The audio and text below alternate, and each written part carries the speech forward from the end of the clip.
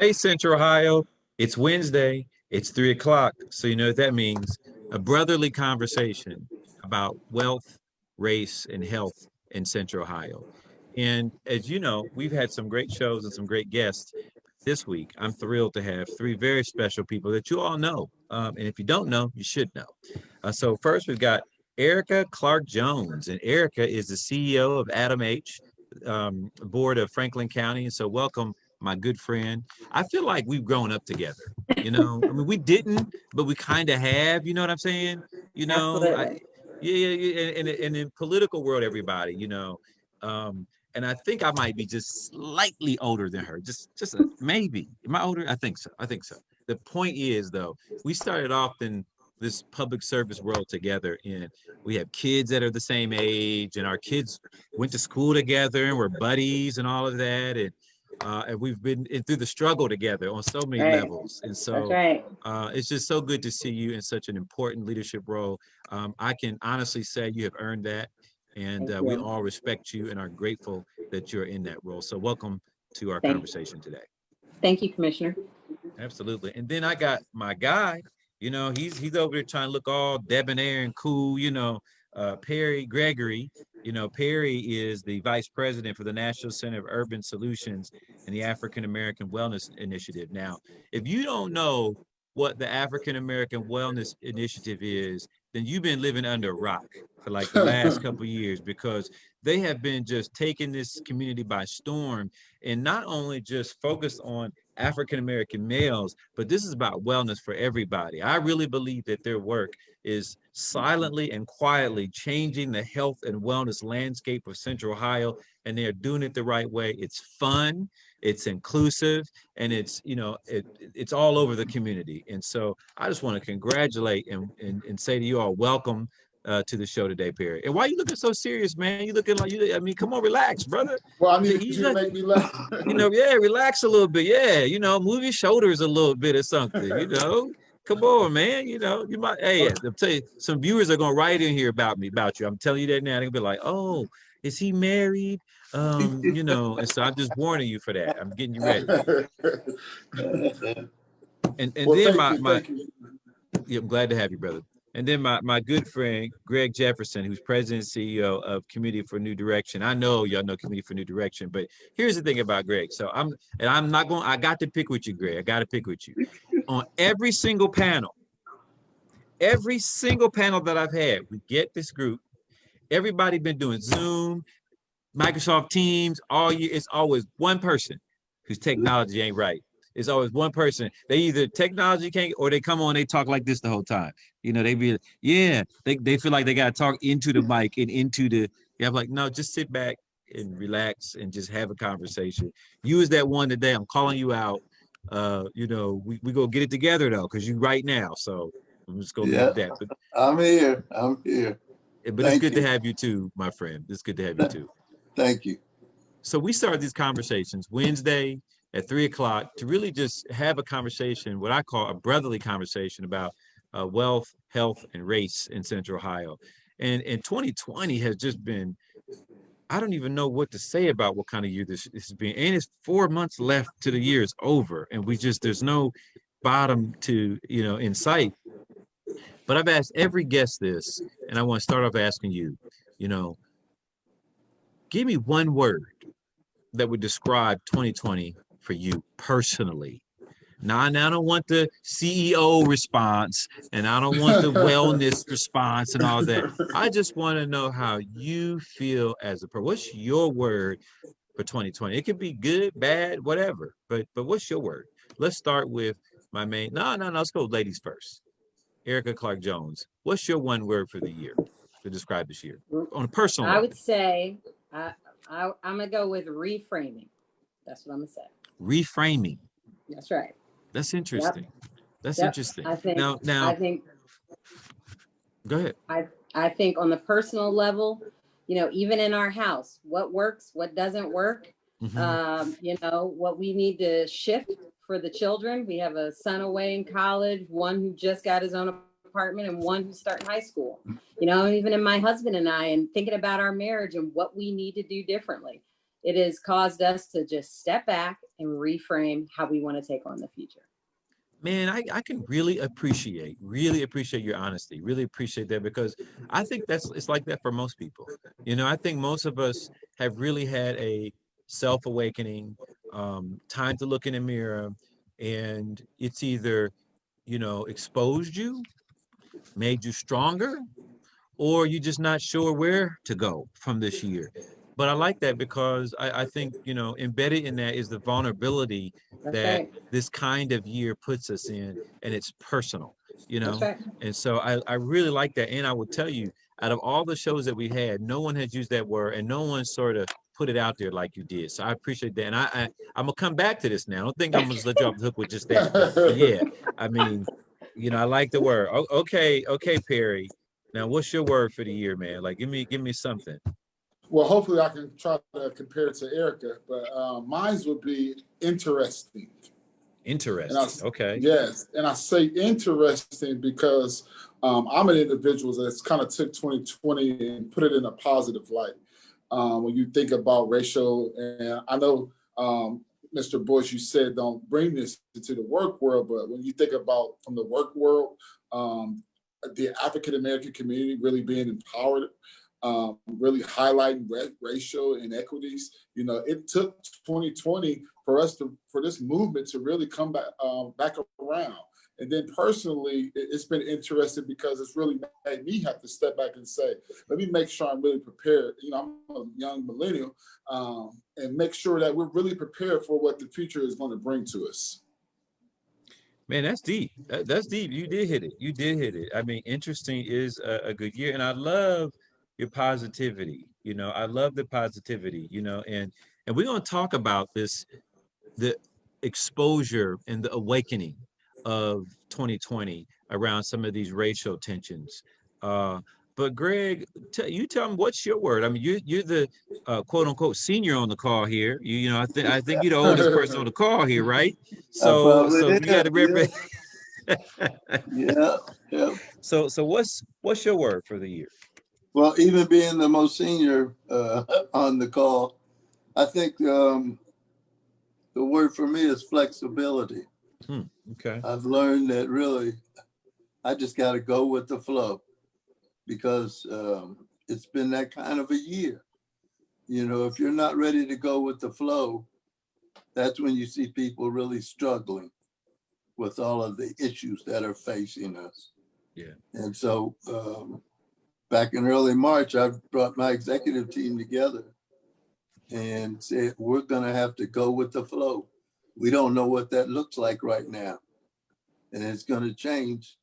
But if we go with the flow and become flexible, then we'll be all right. We'll get through this. Man, I mean, that's heavy in all of these. I mean, we got reframing, we got interesting, and we got flexibility. And I honestly, if I had to choose my favorite of these, it probably would be flexibility, because I have to say I'm a very rigid person. If y'all don't know me, those who do know me, y'all know I'm a very rigid person. And 2020 doesn't allow for rigidness. You know, 2020, you know, nothing is what it used to be. Nothing is what you think it is. It's an audible when you're coming up to the line of scrimmage. It is changing the play, even after the play has started. You know, and what they call in football hot routing. You know, and I just think if you take that attitude, it sure does ease up a lot of the burden and the stress that you might have from wanting that linear approach to everything. You know, today was a packed day on my calendar, and I can get very tense when that happens. You know, it's like they just boom, boom, boom, boom, boom, boom.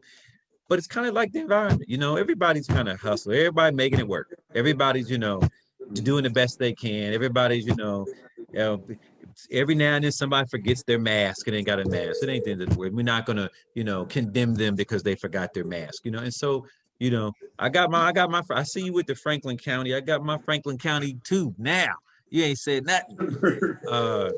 But that flexibility is something that I think is real.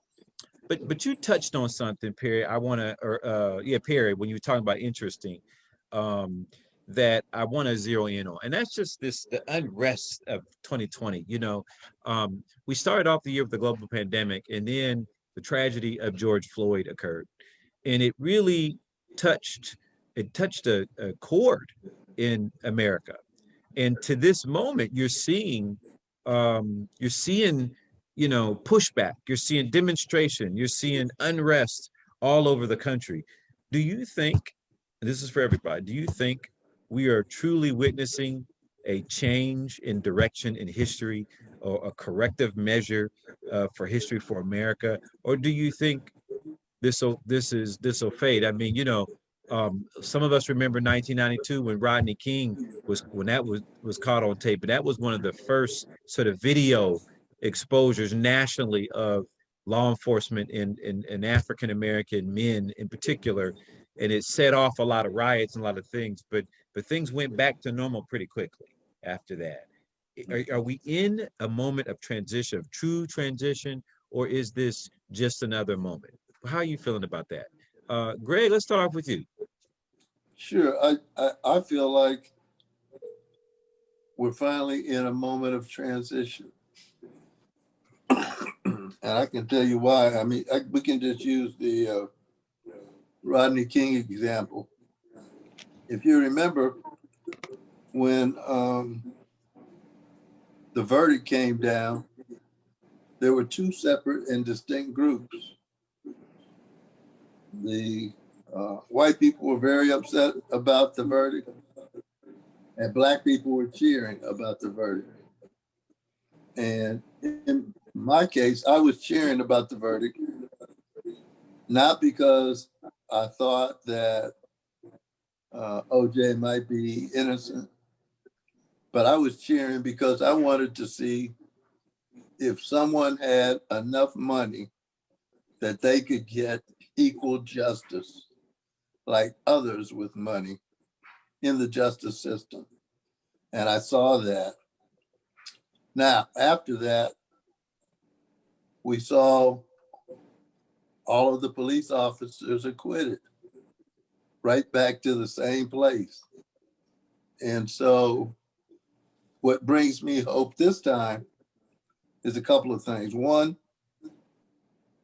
when there were demonstrations downtown, my son and I drove down, and I was in shock when I saw the number of people there, and I saw that it wasn't all Black.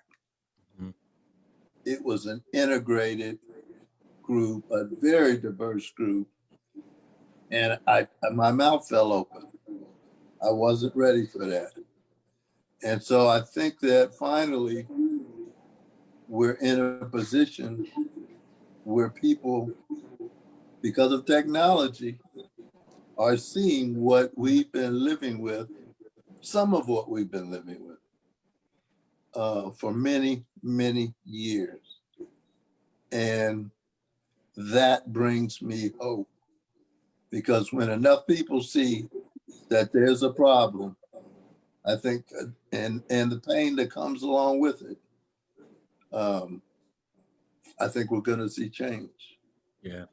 I mean, I feel that way too.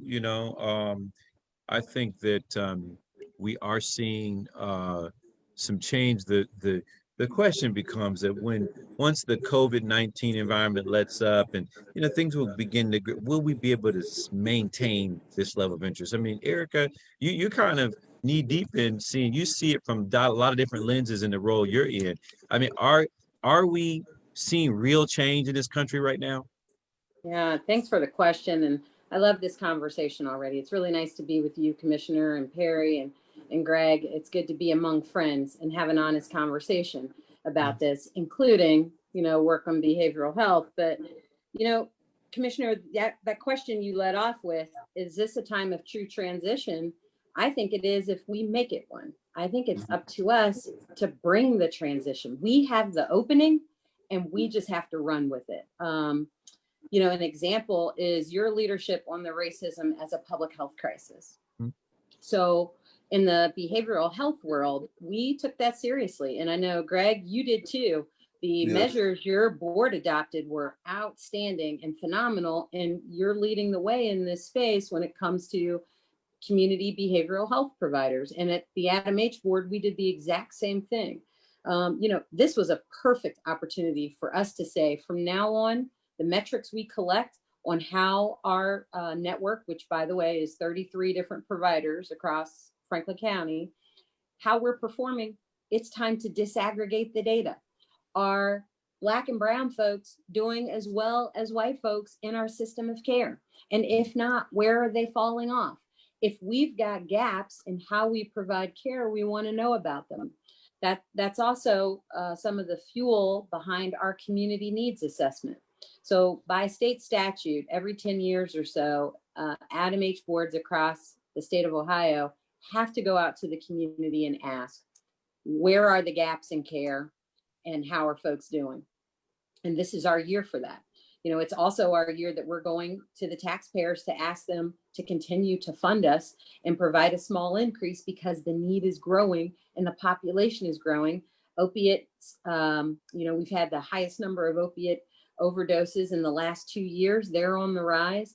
We're seeing just record levels of isolation and stress among the folks that live here in our county, and our system has to be prepared to respond. But we want to make sure we're doing it in a way that's culturally appropriate, sensitive, and takes into the account what people are feeling and why they're feeling it, and then run with that and make a change across the system. Because it is all about policies. And the last thing I'll say, Commissioner, and I know you can appreciate this, I know you're a reader, just last night, I started How to Be an Anti-Racist. And chapter 1 of that book just squarely says, we have to go after policies, right? And it's racist against anybody. We have to be intentional about being anti-racist and making sure those policies are equitable across the board. And, I'm squarely in that space. And I think as, community, I don't want to say community leaders, but as those folks that are leading change, we've got to be able to take this moment and make sure the transition's real. And I couldn't agree with you more, seriously. And I think that counties like Franklin County are going to be at the epicenter of that, maintaining that change, maintaining this environment. And, our declaration of racism as a public health crisis puts us in a unique position to be able to sort of push the winds in the right direction. And, the question will be, how far are we willing to go? How deep are we willing to dive? How much are we willing to drill down into this and search for the change that we're seeking? And I think right now the appetite's here, and it makes me very hopeful. Perry, you see it in this lens of wellness. I mean, and they're connected. They're connected. The Black community, particularly African-American men who are almost at the bottom of the rung in nearly every statistical health wellness category, changing that narrative and getting this sort of central focus. And that's even evidenced by the sponsors for the Wellness Walk. And it's evidenced by the broader community investment and support. But is this going to be able to be sustained? Are we really sort of transitioning into a new chapter in American history, or are we going to revert back to the same old and be dealing with the same conversation 10 years from now? I would say, first of all, thank you, Commissioner Boyce. You have really, I think this year, more than most years, if I've known you probably for the last 5 to 7 years, but even seeing you come out bold in the newspaper, in the news, and really take a stance on racial inequity here in Franklin County. Things like that was a great change from a leader from our city to really give that message to the community, to highlight the racial inequities that are happening, particularly with African Americans. Now, I'm glad that you asked this question, because this is something I'm always posing to a number of different community leaders is, what's next? I think that this pandemic, the police shootings and all the different situations, racial situations that are happening right now, I thought that it has brought great awareness to the entire country from all different levels, from youth, from adults, from policies, from entertainers. And so I think that we've created a good broad awareness. And now what I'm looking forward to is really, what are the solutions?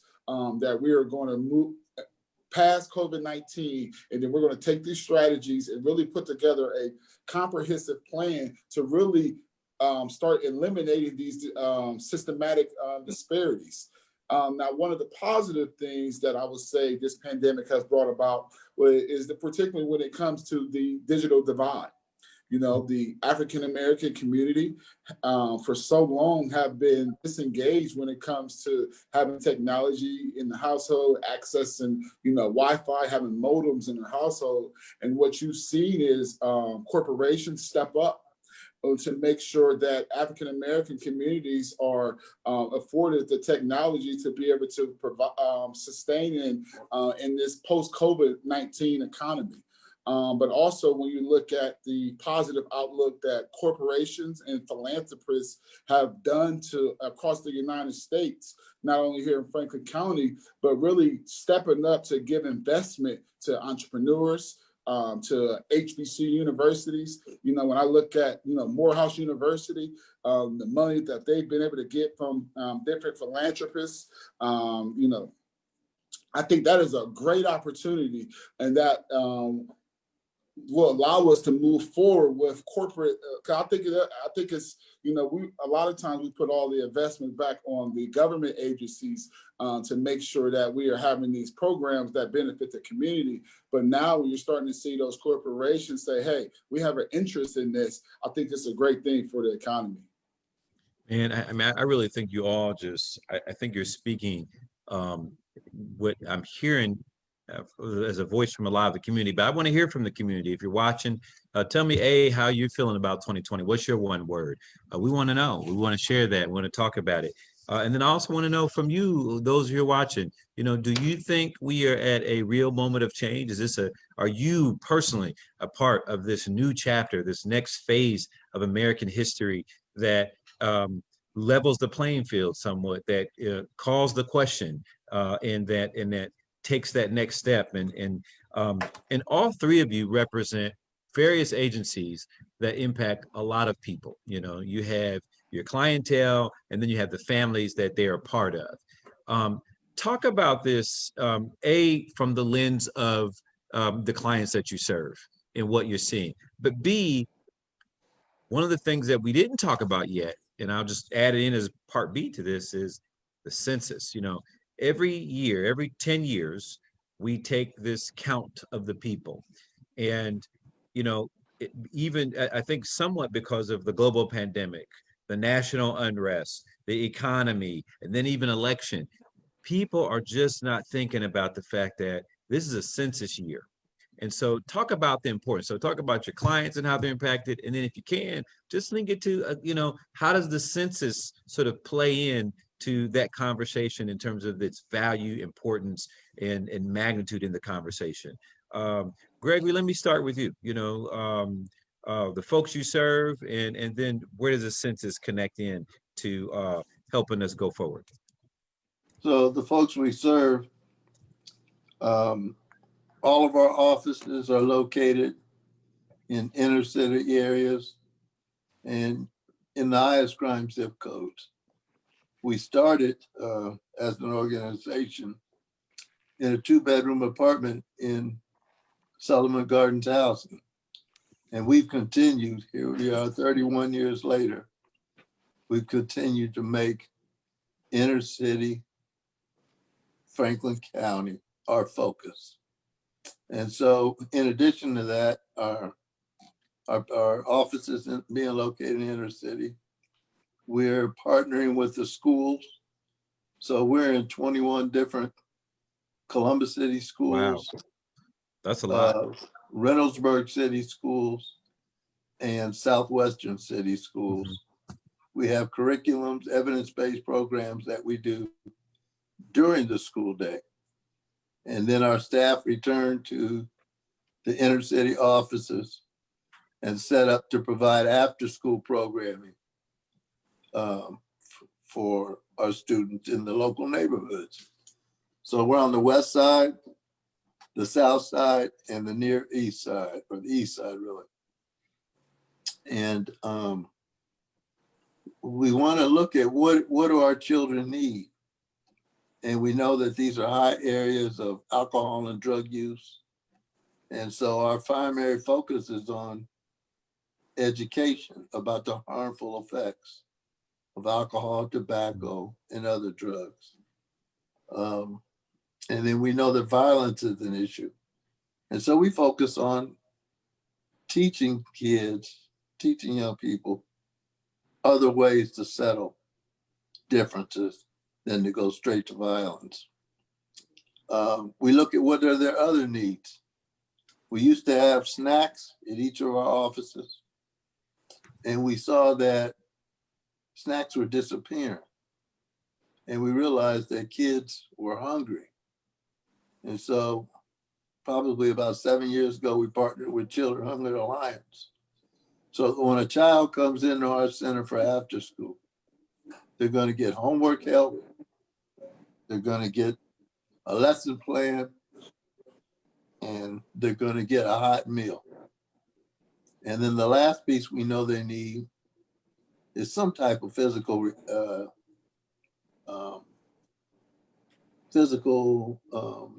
Activity. Thank you.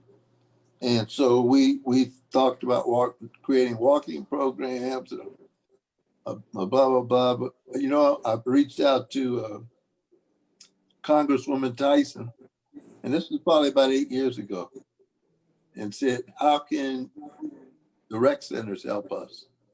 And she brought us all together. And so the kids now on our west side, on the hilltop, they'll finish the last 40 minutes of their programming at Glenwood Rec Center. And the same for down on the south end. They'll go to Barrick and get 40 minutes of rec. And on the east side, they'll go over to Beatty and get recreation. And so we know that these kids need all of these services. We know they need services beyond that. We're serving kids who, actually, I'll tell you a quick story. Last Friday, we passed out 30, a group called FACE donated backpacks for us. And we connected one of the families up. And not only did we give them the backpacks, and the kids had, and here's the crazy part, you would never imagine it, but the kids actually had tears in their eyes.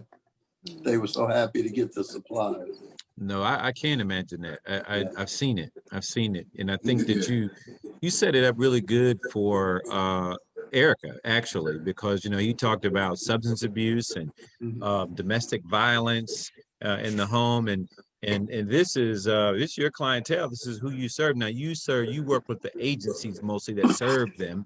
But nonetheless, you are essentially a part of the practitioner world of these, you know, substance abuse, physical abuse, mental health issues. Before you answer the question, and we're going to come back to the census question. So just let's zero in on your clientele and what you're seeing with this group. But before you answer that, let me give a shout out to Jonathan Bentley from Youngstown's watching us today. Shakuri is watching us again. Thank you. She's been a loyal viewer every week. Thank you so much for tuning in. And Magistrate Lachelle Stroud, also a loyal viewer every week. I really appreciate the support and being a part of the conversation. But you didn't tell me your words or how y'all feeling. You didn't type in. I want to really know what's your word for 2020. And then Carrie Roll and Marlise Wicker, thank you so much. So Marlise is here with the county. Thank you so much for tuning in. But I want to know your words. You know, this is all of our time to talk and to conversate and to hopefully heal, get better, you know, and have that flexibility and that reframing that needs to happen, you know, just from having a conversation. So Erika, your clientele, I mean, you really on the front lines.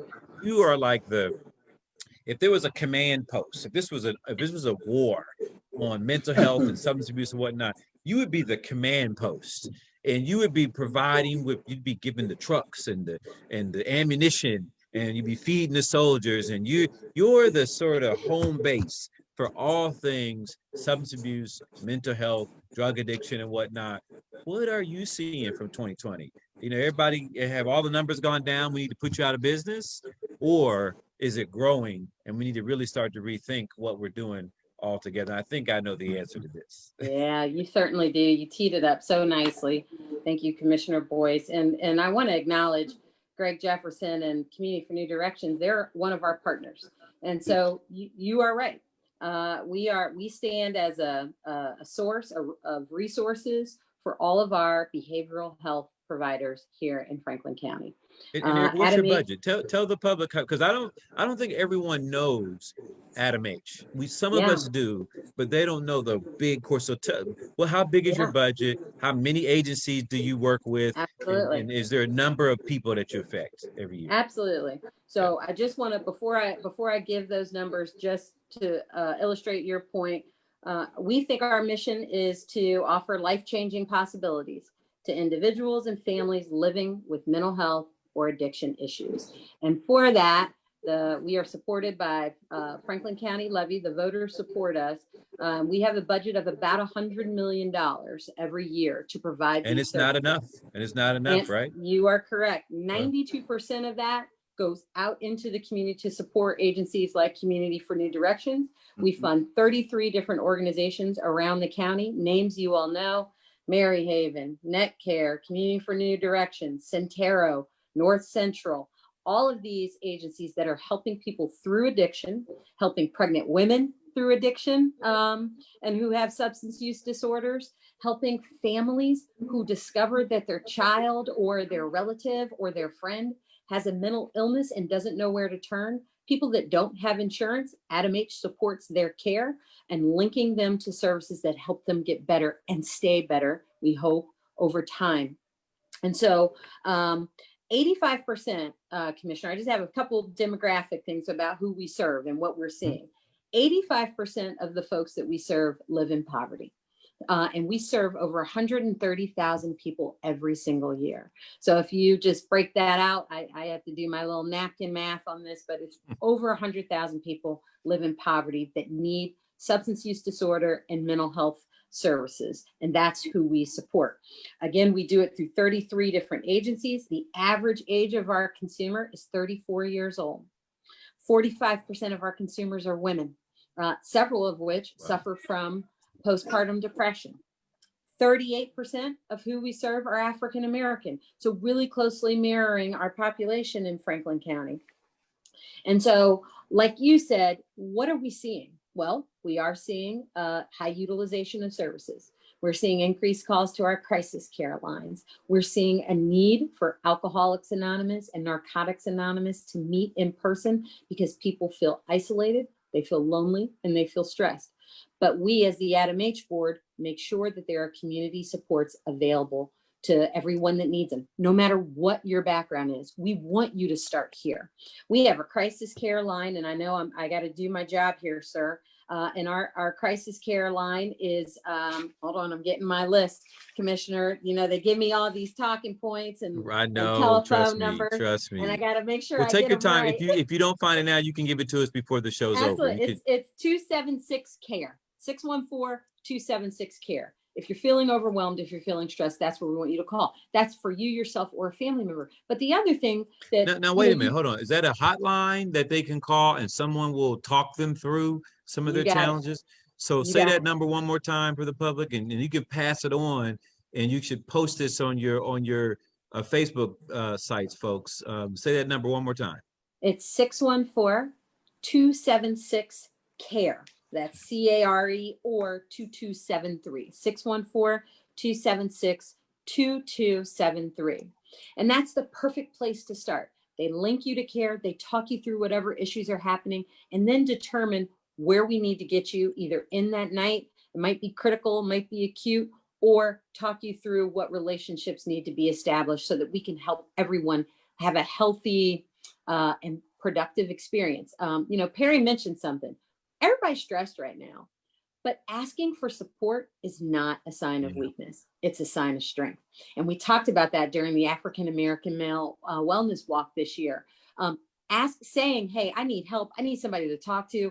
I need someone to commiserate with so I can understand what's going on with social unrest, what I'm supposed to do. I might have income, a disruption in my income, how to handle, you know, some family matters.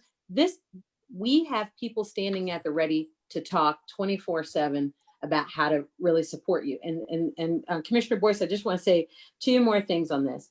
We overlook the caregivers. It's all about self-care.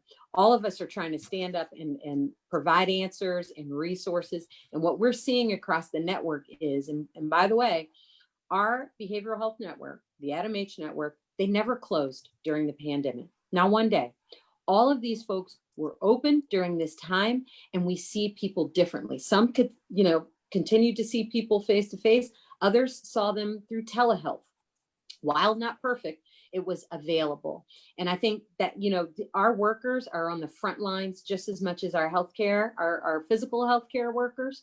And so they have to practice self-care. They've been doing this since March, day in, day out, 24/7. So practicing self-care, really thinking about yourself first, taking a pause, but, put your oxygen mask on before you turn and help somebody else. And that's what I would like to say to our caregivers. And for that, we do have a Black Ambassadors program for those behavioral health workers who have been helping people try to navigate the social unrest. It's support for the warriors, for the true soldiers that are out there. Yeah. And we're happy to partner with the Columbus Urban League and several other community partners to provide this support. Lastly, we can't do it without the taxpayer. As you said, Commissioner, we have a $100 million budget. $92 million of that goes out into the streets every single year, and it's not enough. We're running a $14 million deficit per year, and we're asking the voters to support us this fall for a 0.65 levy increase, which is $1.90 per month per $100,000 home valuation. It's a small amount that has a big payback, so that we can cover more people and get them to care. At the end of the day, we're all in this together. That's right. We're only as strong in this community as those who are most vulnerable amongst us. And so when I think of substance abuse or mental health, it's one of those areas that everybody has been touched by it in their life. I mean, some of us don't want to talk about it, and it's not certainly glowing memories of our family or friends or whatnot. Nonetheless, I think we've all been touched by it, and we all know mental health. We all know substance abuse in one form or another. And so the one question I asked before we go over to Perry is, are you seeing real spikes in 2020? The 2020 is a unique kind of year because there's a different kind of household pressure. There's a different kind of personal pressure. There's different type of stress on everybody. And so are you seeing more numbers? I know, for example, domestic violence is up significantly. But are we seeing more cases of overdose? Are we seeing more cases of substance abuse, of addiction? Are we seeing more cases of mental health around Central Ohio? And so 2020 being a COVID-19 year, has that spiked up the number somewhat?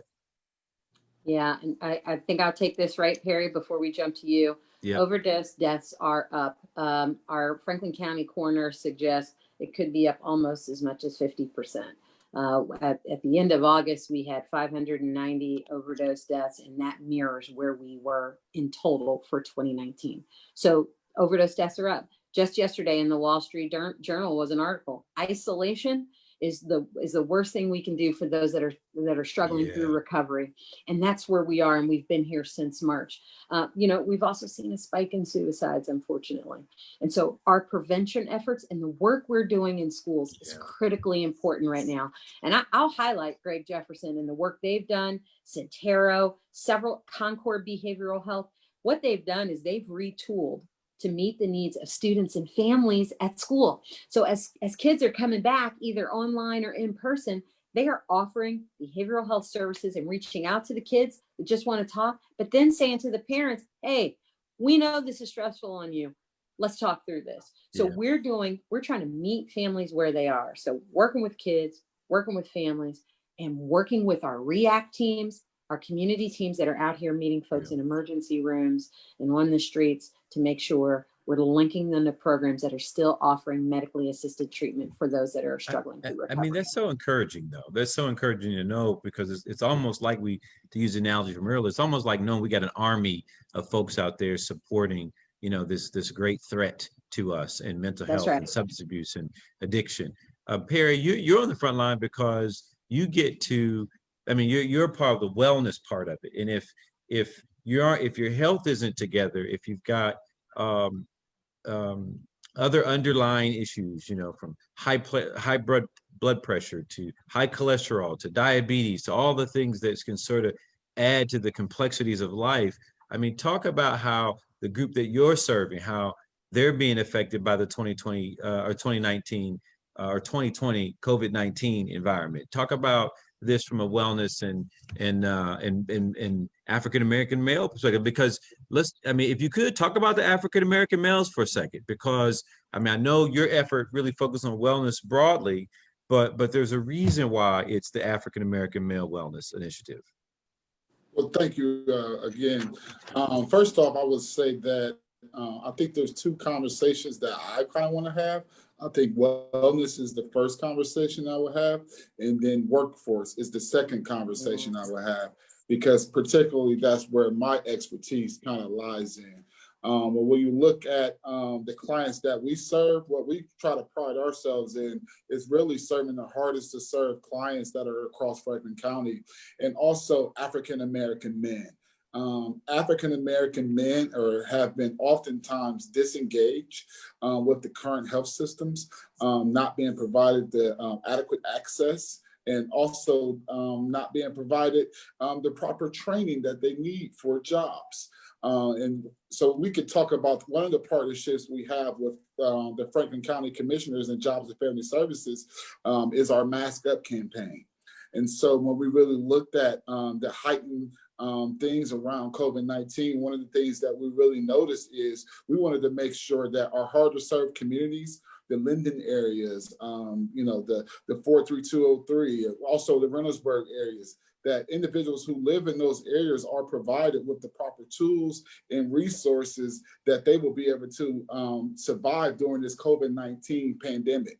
And so what we've done is we've got some customized masks that we've created. We got a customized care package that is in there, which we're giving individual soap, we're giving them lotion, we're giving them toothbrushes, just to make sure that they have those necessary items and things that they need. When you look at the healthcare, childcare, we have a great program that we're doing with the county. It's called our Call It All Dads campaign, which particularly is around 70% of the children in Franklin County are not child care ready. And so what that means is that has a direct correlation to how they will perform in high school and post high school. And so through this initiative, we have been out there engaging men. Right now, we have over 1,000 dads who have signed up to participate in the program, in which we're giving them resources, we're giving them tools that they will be able to effectively provide for their children during this time. You know, last week we distributed backpacks to the fathers, which had different items and books. Hey, man, I didn't get no backpack. Wait a minute. Whoa, hold on. The backpack? You didn't say nothing about the backpack. You got one for me, though. You got one for me. You got one for me. Yeah, we'll get you a backpack. You know, if you ask, we'll get it. But it's us doing things like that to make sure that particularly Black men are staying engaged with healthy exercises. You talk about on Fridays, we would do a healthy cooking with fathers, because we know dads were sitting around the house bored. And so we wanted to make sure that they had good activities. Man, and gain and weight. You know how they say you had the freshman 10? I got the COVID-19 10, for sure, for sure. So we wanted to see really it in make his suit. sure that I'm covering it up, but it's there. Trust me.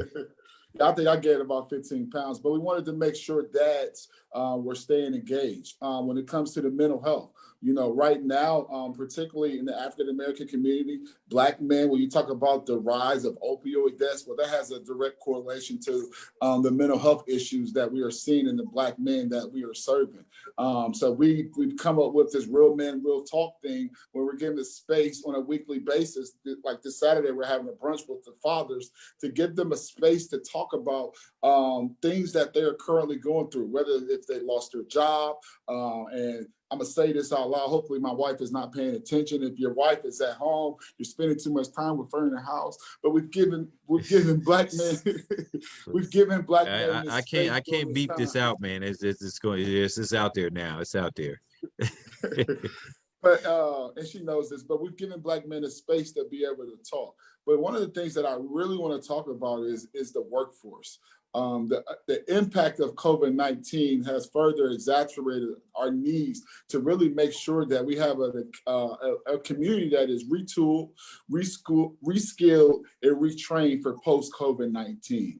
I was reading an article from Microsoft CEO, and he talked about over the next 5 years, over 800 million jobs in America will be technology-based jobs. And so it goes back to that conversation about the digital divide. There's an urgent need that we, from across our Franklin County, is we got to make sure that individuals are really prepared for the jobs of the future. We have a current partnership with Franklin County Jobs and Family Services, in which we are working with their TANF parents, getting them jobs and giving them job training, and through that, those individuals got to go to work. And so when you look at people being furloughed, you look at people being laid off, well, people are being laid off from Chase. And now those people from Chase have to go do warehouse and manufacturing jobs. And so now that replaces our workforce who already wasn't prepared to do the entry-level jobs. And so the things that we are doing around here is through our NCUS Tech piece, which is really our technical arm, we have an AWS partnership in which we're going to be training individuals in cloud computing.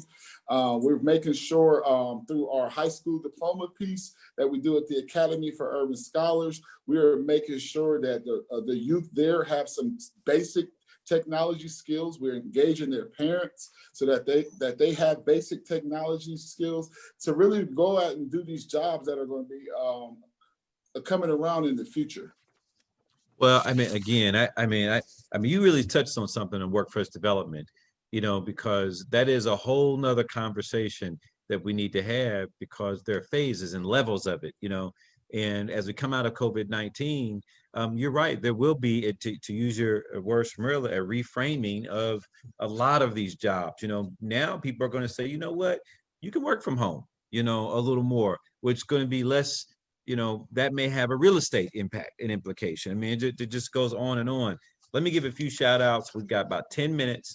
And I want to definitely acknowledge my viewers here. Ken Wilson, the county administrator, he's listening intently. He always listens, take notes, and has something to say. I got to have you on, Ken, at some point too. I think the public should meet you. Also, Leah Rochelle Hooks is watching. Thank you so much. Charity Martin King, everybody knows Charity. Thanks, Charity, for being on. Appreciate you. Bill Dawson, Jonathan Bentley, Carrie Roll, Christina Dunlap, Diane Ivory, and then Ahmed Akbar is watching and joining us. And so a couple of things. Bill Dawson said that his word this year for 2020 is understanding. And I like that. I like that's positive, and I like that perspective. Jonathan Bentley said his word is reset. That's kind of like reframing, but he's saying reset. And it's interesting to hear that word again, what people are thinking and feeling. And then Carrie Roll says the word is compassion. And I think that means, just really having compassion. He's probably thinking about you, Erika, and describing some of your clientele that you talked about, but I love that as a word, compassion for others. So Ahmed Akbar, I want to get to some of these questions from online. Ahmed Akbar asked the question, and there are two questions, so I'm going to ask you to keep your answers brief so I can get to both of these questions. So the first question is from Ahmed Akbar is, people are under stress, feeling effects of political and racial tension in addition to the disruption of daily life. What can they do? He says, what can we do? What can we do to ease up the stress? What's your advice to someone asking, what can I do to just take a step away from all of this chaos and uneasiness in 2020? Greg, what advice would you give Ahmed Akbar?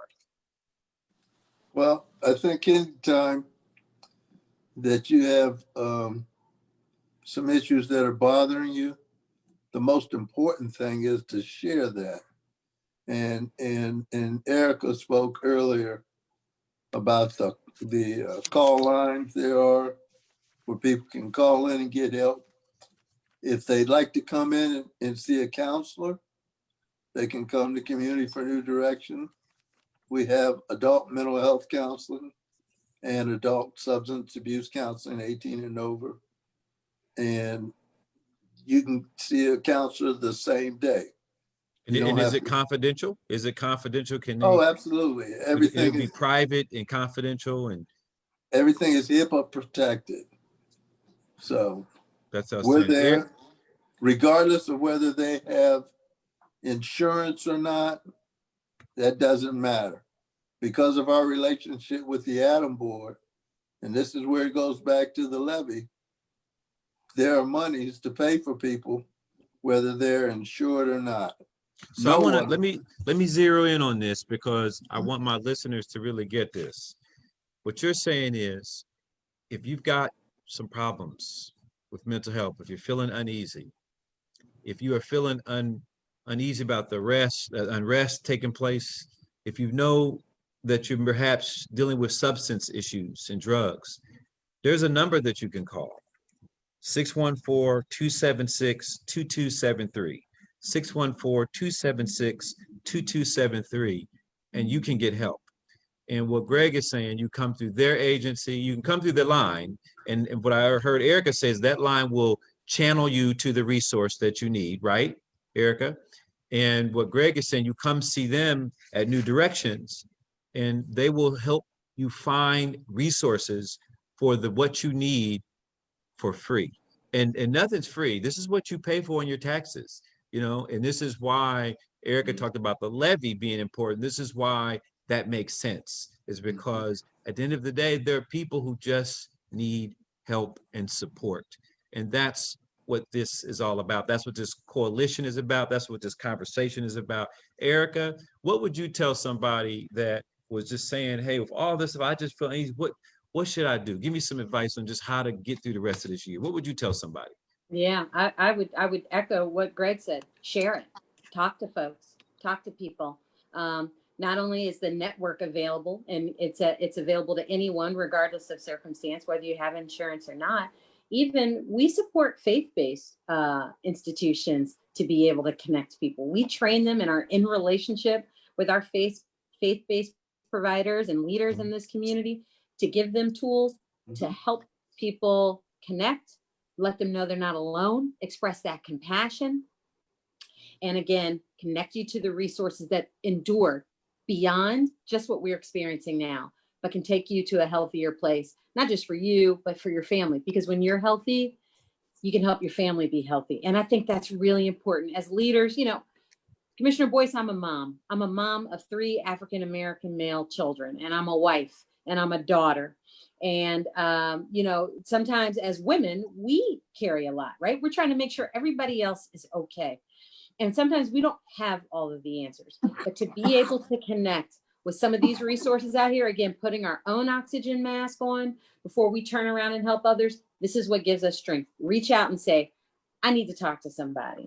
Not only do we have the 24/7 net care line, we also have our peer line. Somebody your age, somebody that shares your demographic that can say, hey, I've been through the same thing. I was in recovery. I fell off the wagon. Now I'm back on.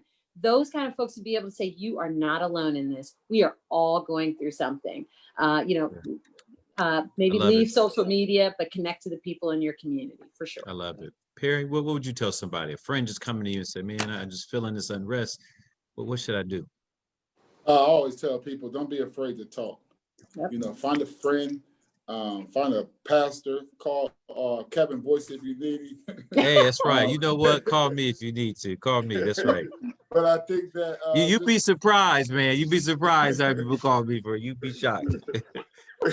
But just don't be afraid to talk. And also to the professionals of the world, I think taking the time to really just sit back and relax. I know that I've been in a heightened stress mode since COVID-19 hit, wondering about how do we keep our business going, how do we make sure we got proper funding there. But then, I just took a vacation, and when I went on vacation, it really made me come back and just refresh and relax my mind a little bit, man. Man, I've been trying to get a vacation. I've been saying I need one because I'm you feel it. You feel when it's coming, when you just get stressed and you get overwhelmed. And I want to get to my last public question because I think it's such a really good question. Shakiri asked the question, does ADAMH or any of your organizations address any of these issues through a cultural competency lens. Yeah. And I love that because we are a growing, diverse community in Franklin County, and our new Americans are as much our brothers as our African American citizens, our white American citizens, and you name it. We're all part of this community. We're one Franklin County. We're all Franklin County. And so she asked the question, is there cultural competency in your work? Erika, we'll Yes, start with you since it was directed at you. absolutely. And I would say, yes, there is, and there can always be more. I think where we are right now, we have contracts with ETSS, Afrocentric Personal Development Shop, and several of our community-based partners, but I see that growing. Right now, we are doing a community needs assessment, talking to different providers and saying, what do we still need to do to be able to serve all of the residents of Franklin County? And so as those gaps are highlighted, we plan to fill them as long as, you know, we have that support from Franklin County voters moving forward. Outstanding. And if you got suggestions, call ADAMH Yes. and let them know if there's something that we're not doing. Real quickly, we got 2 minutes. Greg, or do you all do cultural competency elements in your work? Do you have that? Absolutely, because we serve a very diverse population. We want our workforce to be diverse and replicate that population that we serve. And two, we want to make sure that they're well trained. You know, ADAMH requires us to have a cultural competency plan. And so we do a lot of cultural competency training every year. Outstanding. That's outstanding. And that's great that ADAMH requires that. I wasn't aware of that. And I think that's important. Perry, we've got just a minute left. Do you all have cultural competency elements in the wellness initiatives and the work you're doing, particularly in the workforce development stuff? Are you looking at these cultural competency pieces that make it stronger, make the work stronger? Oh, yes, we do. Actually, we're doing a lot of cultural stuff with employers to really get them the understanding of culture from a recruiting standpoint, the different landscape of individuals, whether it be Latinx or it be the new Americans, whether it be African Americans, to really understanding the nuances of each cultural community. And that's outstanding, you know, and I really think that cultural competency should be really a core part of everything we do, from Franklin County to the city of Columbus to Hilliard and Westerville and Worthington. We all should be thoughtful about being inclusive to everyone who lives in our community. Today, I think I'm really excited the most about this conversation because I want you to know, if you're watching right now or you know someone right now that's in need of help, that's in need of resources or services to help them get through what has been a tough year for all of us, that there's a place for you to go. And we just want you to call us at 614-276-CARE. That's 614-276-CARE. That's 614-276-2273. And we'll do our best to get you the help and services and resources that you need, because we're all in this together. Lastly, let me say, 2020 is a census year, and we need you to fill out that census. We've just got a couple of more weeks before they cut off the collection of our census data, and it means a lot. Over $34 billion that comes to Ohio annually for things like addiction services or roadways or schools or even affordable housing. And so we need everyone to be a part of being counted in Central Ohio. And so you can go to my2020census.gov. That's my2020census.gov. And you can fill out the survey. It's 10 questions in less than 10 minutes. It's quick, it's easy, and it's confidential. And we need to be counted. We need everybody to be counted because, again, we're all in this together, and we're only as strong as our most vulnerable among us. So again, thanks for another conversation, a brotherly conversation, sisterly too, Erika. Thank you. On wealth, health, and race in Central Ohio. I'll be back same time next week, same place, and I hope to see you. Thank you. Have a good afternoon. Thank you. Thanks for having us. Thank you.